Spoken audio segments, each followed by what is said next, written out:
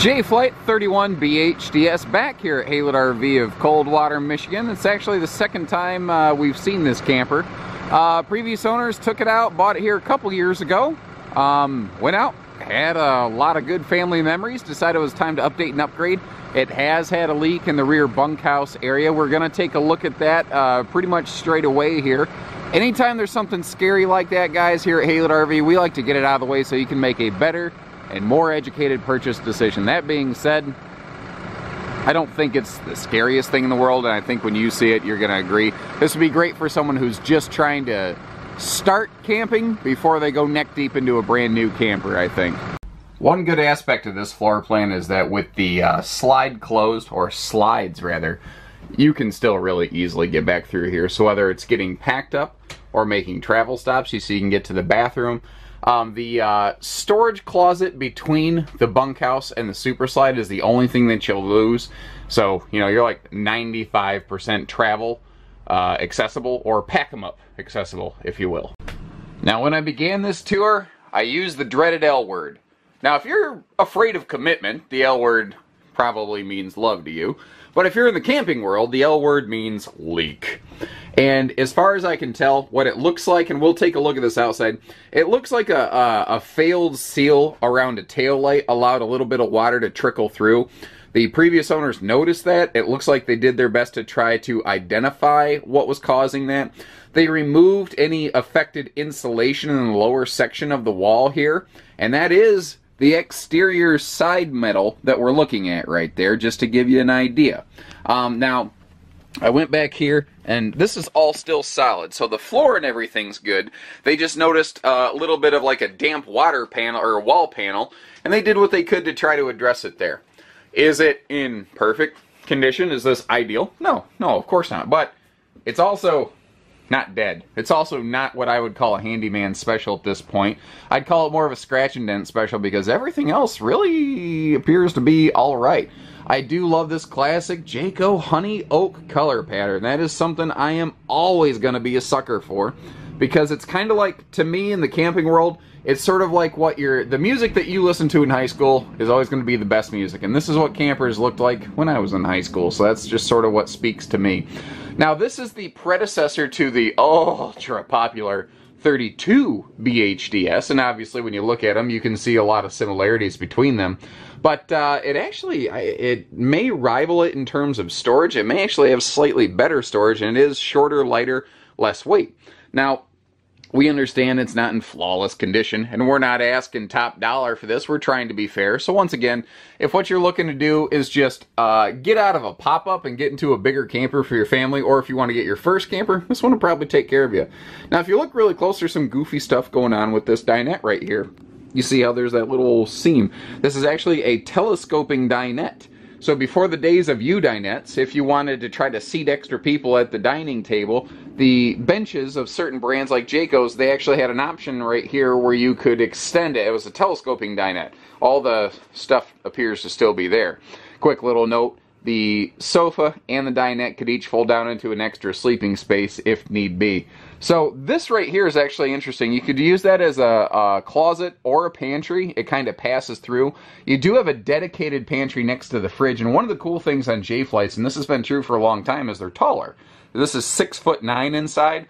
Almost anything else built during this time period was 6.5 foot tall. That extra height gives you taller cabinets, it gives you a taller shower, bigger bunks, all kinds of stuff. Great drawer space and cabinet space, and they did a good job giving you whatever prep space they could between sink covers and stove covers, and just a nice, generous countertop area. We do have we have central air and heat on here. Good spring, summer, fall camper. Now, zooming back here in the bunkhouse, this is the second slide of the camper right here. There's, been a lot of different revisions and different types of bunk arrangements over the years, but this is just really kind of this is the grandparent of almost all of them right here. So once again, this cabinet, it passes through. You could use it as pantry storage. You could use it for clothing. You could use it for about anything you want.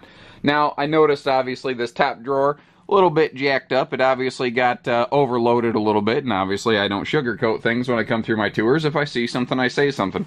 It ain't perfect, but it's okay, And that's really what this camper is. It's not perfect, but it's okay. What is nice, though, is we have some awesome dedicated, like, bunkhouse storage over here. Or, again, you could use it for expanded pantry space, but having all of this extra hanging clothing storage space and whatnot for the kids, because anybody who has kids, man, you guys know as well as I do, they just take up so much space, am I right? It's like I just bought a new house not too long ago, and we moved.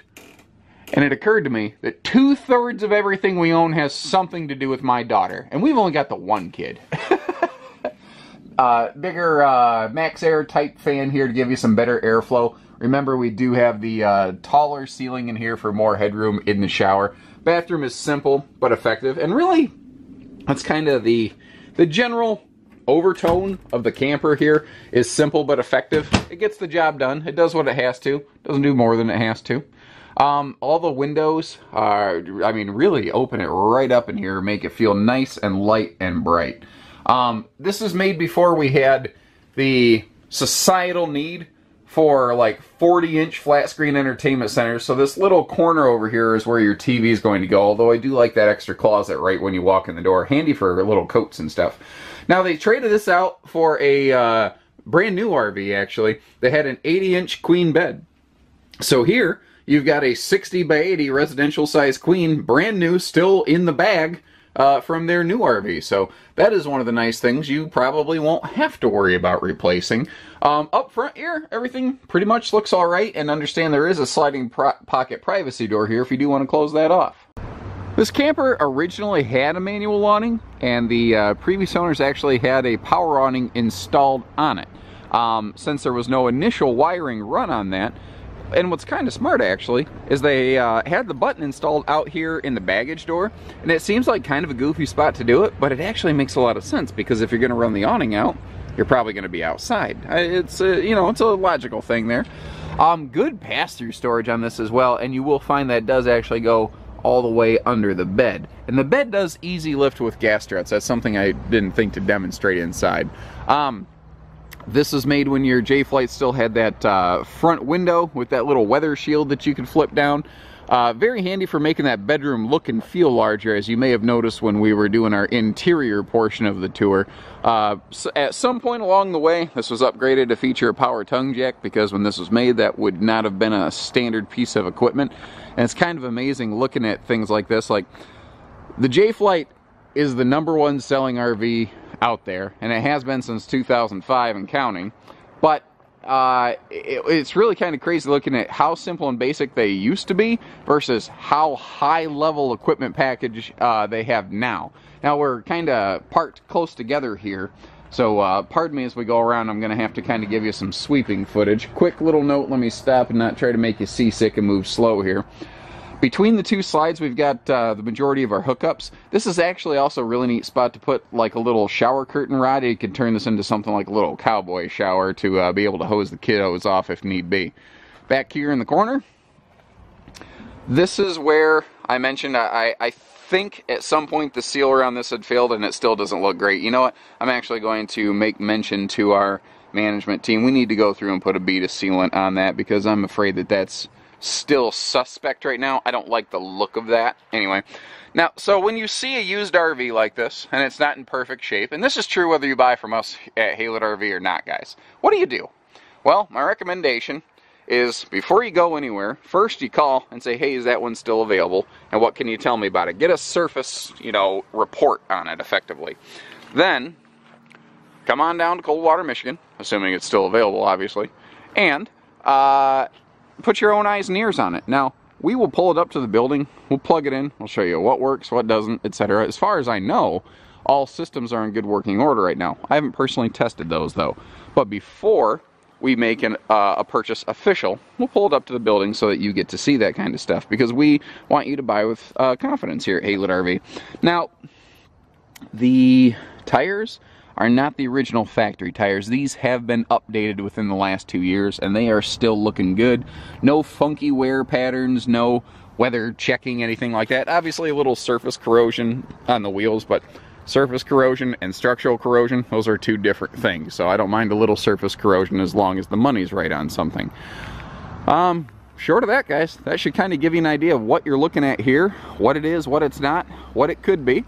And, you know, hopefully you appreciate the very candid nature that we conduct our used RV tours here at Haylett RV. Because when something's not right, you deserve to know it. So we're not all sunshine and rainbows. We're kind of realists, folks. And hopefully you can appreciate that. And we'd appreciate it if you gave us a call. So take care, stay safe, have fun, and happy camping, everyone.